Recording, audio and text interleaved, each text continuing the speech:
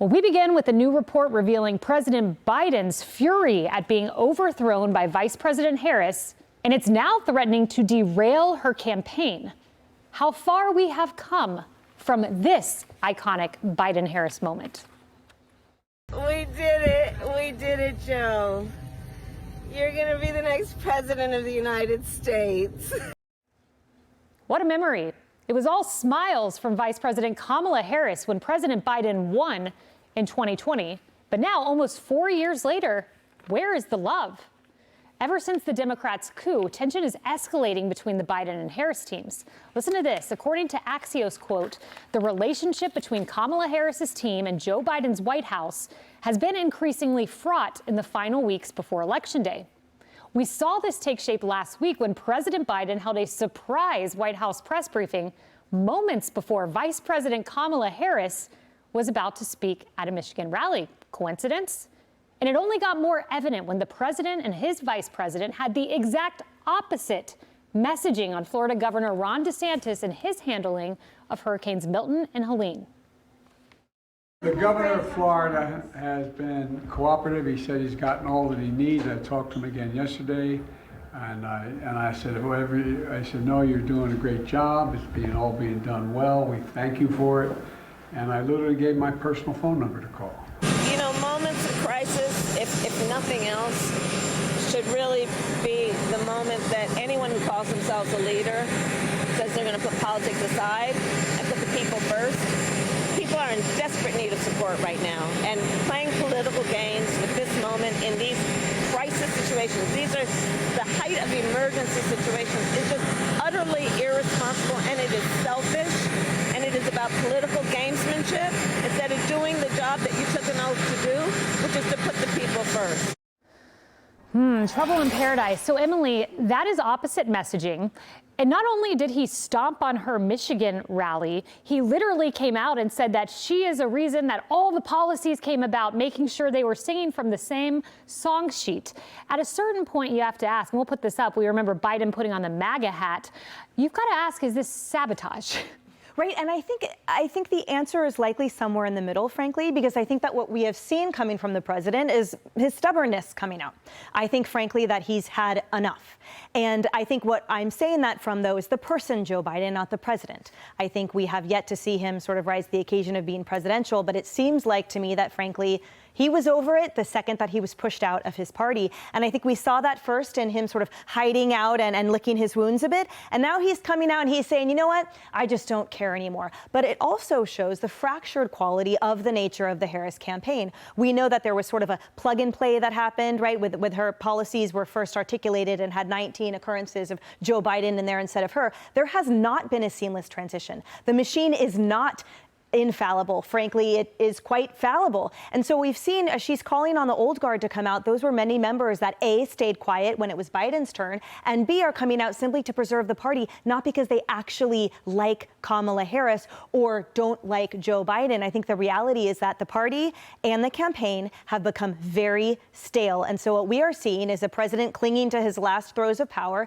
and we are seeing a vice president that sees herself mostly as simply a candidate, and her exasperation and her grasping at final straws is in full force. Morgan, so the Axios story is about Biden basically stomping on Harris. You and I worked in government at the same time. You were at the State Department, I was at the White House, and there would be reporters who would come to you for something and come to me for something, and ideally the administration is all speaking from the same exact set of points. But here is the important point of the Axios story. Andrew Bates from the White House came out, denied it, pushed back. The 9 most important words from the story: Harris's official office and her campaign declined to comment. So they're not commenting. They're not supporting the White House's narrative. Well, and just for our audience to know, too, I always wonder if it's like incompetence or conspiracy. Yeah. I normally go with incompetence when it comes to government. It's very easy when you look at a press conference, it's very easy to work these things out, right? My team will call Kayleigh's team, what time are you going on today? So then Pompeo needs to go on, make sure that we're not, interrupting what's happening at the Defense Department. This happens every single day. And when you were in the White House, when I was in the State Department, very easy for us to reach out to the campaign to make sure that we weren't interrupting something, messaging that was happening there. So that's either incompetence or it is actually a conspiracy by the Biden team to do an impromptu press conference. There was no, missiles landing at U.S. bases at that moment. There was no need for an impromptu press conference. That could have been taken care of behind the scenes. Second point, I would just say you're starting to see the blame game going on behind the scenes. And I think that's in preparation for a potential loss. People are starting to point fingers, and that's a big, big part of this, because in the event, they're hedging, right? In the event that she loses, they want to make sure that they had it on the record with these Washington reporters who have been there long before Kamala, will be there long afterwards. They want to make sure that they have a good relationship with these reporters to say, hey, remember, I warned you about this before the election happened. That's right. It's interesting. And, there's another story out today, and it's NBC. And I want to play a moment from the debate. And this NBC story is about Harris and whether she should separate herself from Joe Biden and what they're weighing in terms of strategy. This was apparently the most popular line, or among them, according to CNN, that Harris had in the debate. She is Biden. The worst inflation we've ever had, a horrible economy because inflation has made it so bad, and she can't get away with that. Thank you. Your time is up, Lindsay. I want to respond to that, though. I want to just respond briefly. Clearly, I am not Joe Biden. Okay, Griff, so according to CNN, that was one of the most popular lines of the debate, according to internal polling. Well, NBC, at the very bottom of their piece, they have this: Biden was particularly stung by the line, according to 3 people familiar with his comments. So he's stung by it. Yeah, 3 people familiar. And if you go back to that Axios thing, the telltale sign that things are frosty, to put it mildly, is they say at the very beginning, 10 people familiar with the story. Well, 10 people means both sides want to get it out. And it does sting because it goes back. Remember, Ron Klain, Biden's first chief of staff, told The Atlantic that, well, maybe we did fail to elevate Vice President Harris's profile. Remember, she was mad from the very beginning. Here we are now at the end, and they've got a dilemma to figure out what to do with him. There's 22 days left. You can't put him back on the campaign trail, even if he's not holding, press conferences to sideline your TV appearances. He's going to make the case that he had one of the most successful presidencies. She's trying to move a new path forward, and it doesn't jive. Even if you coordinated the messaging, as Morgan was pointing out, is such a challenge. What's the messaging going to be? Were we successful, or do we need to move to something different? Yes, and according to one source close to Harris, this stood out to me too, her level of loyalty is incredible. So she feels she has to have this loyalty to Biden. And this comes as we learn that in an NBC poll, Trump gained 5 points against Harris.